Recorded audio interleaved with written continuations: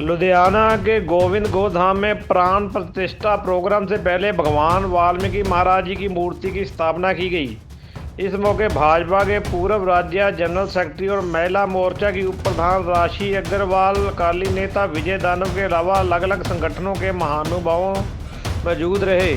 भाजपा के पूर्व राज्य जनरल सेक्रेटरी जीवन गुप्ता द्वारा कहा गया है कि जहां देश भर में भगवान श्री राम जी को याद किया जा रहा है, वहीं भगवान श्री राम जी के बारे में जीवनी उच्चारने वाले भगवान वाल्मीकि जी महाराज जी की मूर्ति की स्थापना की जा रही है। और क्या कहना था जीवन गुप्ता का, राशि अग्रवाल का। जनसब एक्सप्रेस टीवी के लिए लुधियाना से शैली राजपूत की रिपोर्ट।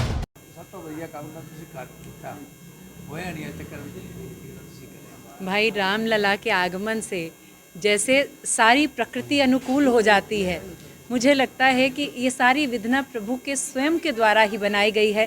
मनुष्य का सामर्थ्य इतना ही है कि हृदय की ज़मीन पर भाव आता है और वहीं बंजर धूरी होकर वहीं समाप्त हो जाता है। तो ये सारा मुझे लगता है कि आज प्रभु ने राम आगमन से पहले प्रकट होना था, तो ये मुझे लगता है कि ये प्रकृति ही अपने आप में इस प्रकार का दृश्य हम सजीव नेत्रों से हम सौभाग्यशाली हैं, ये देख पा रहे हैं। शबरी का कोई अपना सामर्थ्य नहीं, ये केवल उसके गुरु की कृपा है कि राम उसकी कुटिया में आते हैं। सदृशी मैं ये कहूँगी, जितने हमारे जो परम गुरु वाल्मीकि तीर्थ से स्वामी हैप्पी भील जी, अश्विनी बेदी जी, अत्री जी, इन सभी के आशीर्वाद से वास्तव में आज ये जो इतना बड़ा आज ये ऐतिहासिक महोत्सव यहाँ से शुरू हुआ है, ये मैं शबरी समान ही अपने आप को समझती हूँ कि गुरु कृपा से ही ये आशीष प्रसादी मेरे शीश पर मुझे आशीर्वाद प्राप्त हुआ।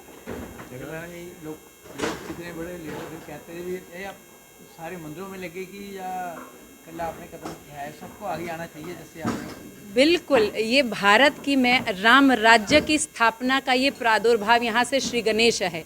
देखिए, प्रभु के आगमन से पहले स्थिति अनुकूल हो रही है।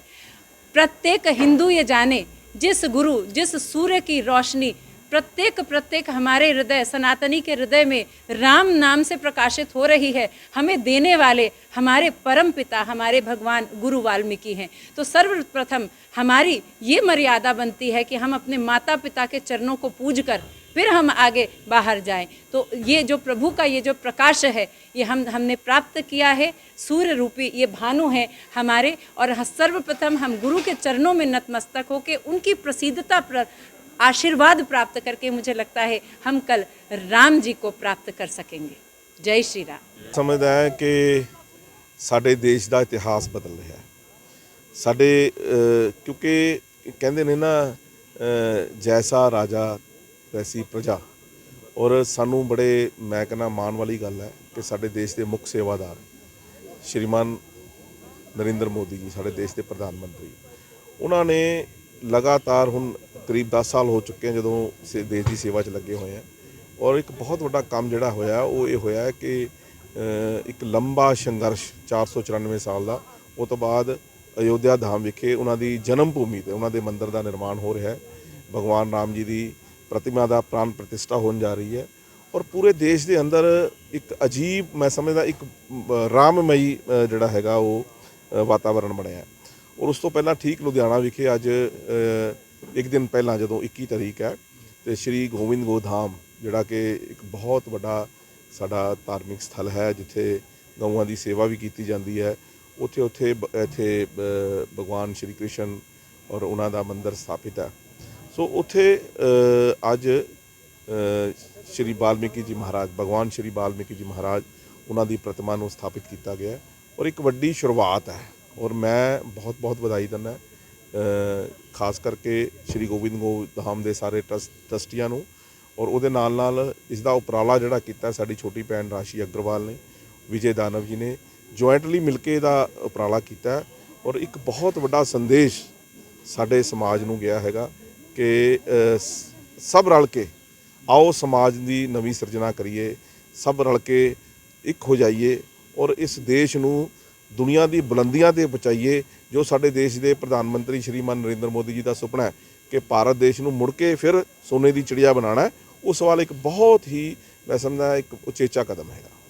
राम मंदिर की गल करते हैं जी, कल राम मंदिर की खुशी मनाई जा रही है, तो अज पहली खुशी इत्थे मनाई जा रही है।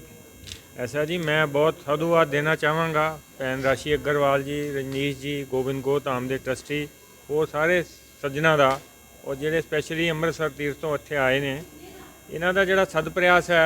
वाल्मीकि जी रामायण रचेता रहे हैं, लव कुश पालक रहे हैं, सीता माता रक्षक हैं, उन्होंने रामायण लिखी, त्रिकालदर्शी हैं।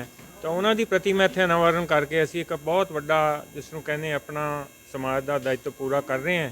ये नाल समाजिक समरसता भी आएगी और प्रभु श्री राम का जो असली सपना है समरस हिंदू समाज का, वो भी पूरा होगा। जय श्री राम, हर हर वाल्मीकि एक की जय। लड़की ने कदम चुक्या तो सामने अगे होके कितना लग गया?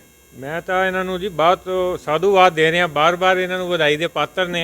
और ये यश इन्हों के हत्थों 'ਚ लिखिया सी कि इन्होंने प्रतिमा इत्थे स्थापित कराई है। बहुत साधुवाद के पात्र ने। ईश्वर इन्होंने यश देवे और अगे जिंदगी 'ਚ खुशहाली देवे, मेरी प्रार्थना है सब। जय श्री राम, हर हर वाल्मीकि।